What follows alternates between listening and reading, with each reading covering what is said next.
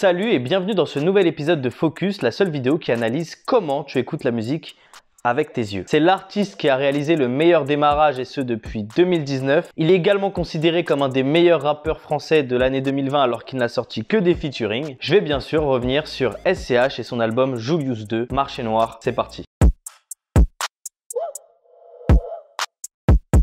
Je veux qu'on me regarde mais je peux plus me les voir. Y'a que l'image qui compte, focus. Y'a que l'image qui compte, focus. Y'a que l'image qui compte, focus. Bon, le focus sur SCH était initialement prévu le 19 mars, jour de la sortie d'album, mais malheureusement j'ai eu quelques contretemps personnels et j'ai pas pu faire la vidéo. De plus, cette semaine est relativement chargée car il y aura également une vidéo sur Kekra et le Fa, donc tu comprends qu'il y a d'autres vidéos et que c'est le moment d'aller t'abonner si ça t'intéresse. Donc comme je ne vais pas avoir le temps de faire des vidéos comme j'avais pu le faire sur Hachik, Booba et même Youssoupha, j'ai décidé d'axer les prochaines analyses un peu comme la vidéo sur Caris. C'est-à-dire que nous allons revenir simplement sur les points essentiels de la communication. Et pour SCH, du coup, nous allons tenter d'expliquer et d'observer comment est-il devenu numéro 1 avec Julius 2.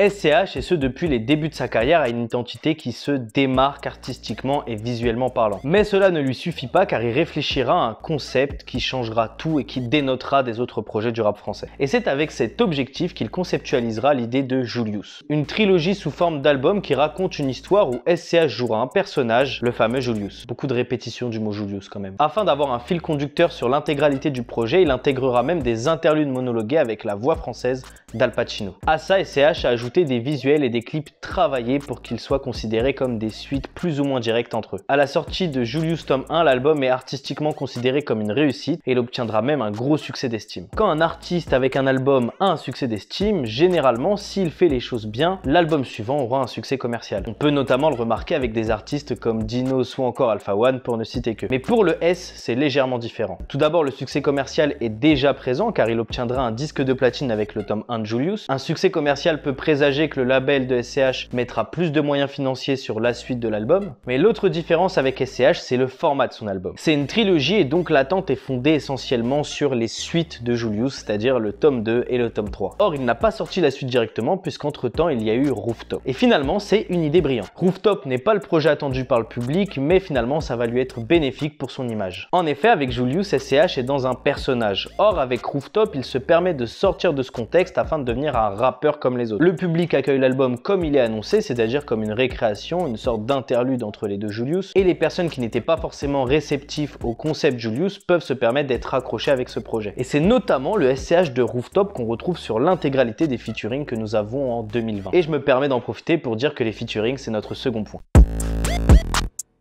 SCH a passé l'intégralité de son année 2020 à sortir des featuring sur les projets des autres. Cette idée de faire plein de collaborations est une belle stratégie car elle permet aux rappeurs plusieurs choses. Tout d'abord, elle permet de sortir l'artiste de son cadre habituel, donc là pour SCH c'est le cadre Julius. Elle permet au rappeur de donner de l'actualité musicale sans forcément défendre son propre projet, mais également cela lui permet de se faire connaître de la part d'un public qui n'est pas le sien. C'est une technique que nous pouvons retrouver sur des rappeurs comme Leto ou encore Ninho. Bon, après Ninho est plus fort que l'intégralité de ses featuring, du coup c'est plus complexe. Mais l'idée est là. En étant présent comme il l'a fait, SCH a fait parler de lui tout au long de l'année sans sortir un seul morceau solo. Très fort. De plus, la qualité de ses featuring crée une nouvelle attente autour de Julius 2, en plus du volume 1 et du succès d'estime dont nous venons de parler. Le meilleur exemple sera forcément très organisé qui lui permettra d'atteindre une grosse notoriété et surtout un tout nouveau public. D'ailleurs, il expliquera lui-même que ce succès a eu une incidence sur la conceptualisation du tome 2.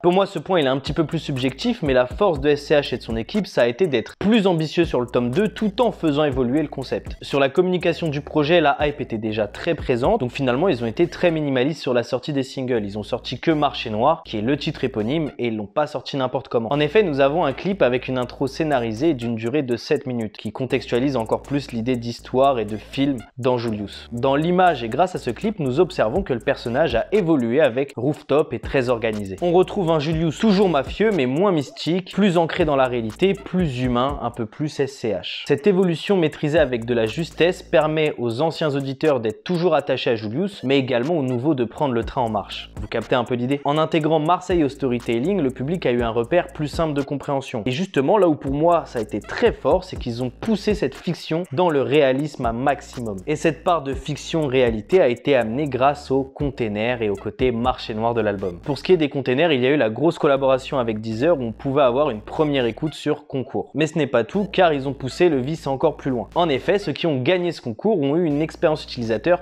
plus poussée que les autres. Ils ont été récupérés avec les yeux bandés et ont été amenés dans un container avec des casques pour écouter l'album dans une écoute un peu optimale, l'ambiance Julius. Mais ce n'est pas tout car il y a également le Planet Rap sur Marseille avec un décor de container, le S de Marseille qui s'illumine à la sortie de l'album et pour moi le dernier point qui marque une liaison entre la réalité et la fiction, c'est le documentaire autour de l'album. En effet, le documentaire parle de la conception de l'album mais il y a des scènes totalement réalisées et scénarisées qui illustrent les propos des différents intervenants, mais il y a également la voix d'Al Pacino que nous retrouvons en narrateur sur ce documentaire. Et c'est grâce à tous ces éléments de communication que nous avons été plus que jamais emportés dans l'histoire de Julius.